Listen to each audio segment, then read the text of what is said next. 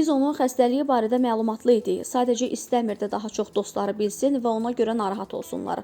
Bu sözləri Baku VS açıqlamasında gənc həmkarı Rəşadın vəfatından danışan əməkdar artist Anar Heybatov bildirib. O bu xəbəri eşidəndən bəri hüzünləndiyini vurğulayıb.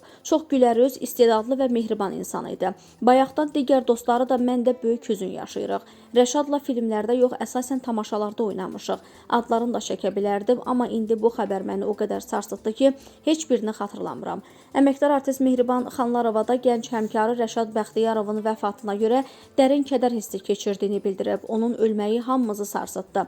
Zarafatlarından geri qalmayan şən insan idi. Bugün biz ən dəyərli dostu itirdik. O 47 yaşında bu dünyadan köçdü. Ən yaxın dostu və ən yaxşı aktyoru itirmək bizim üçün çox ağırdı. Biz hazırda Gürcüstanda qastroldayıq. Bura gülə-gülə gəlmişdik. İndi ağlayaraq hüzün içində dönəcəyik.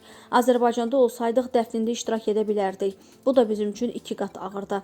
Xatırladaq ki, Rəşad Bəxtiyarov uzun sürən xəstəlikdən sonra bugün mənzilində dünyasını dəyişib. O, Akademik Milli Dram Teatrının aktyoru və prezident mükafatçısıdır.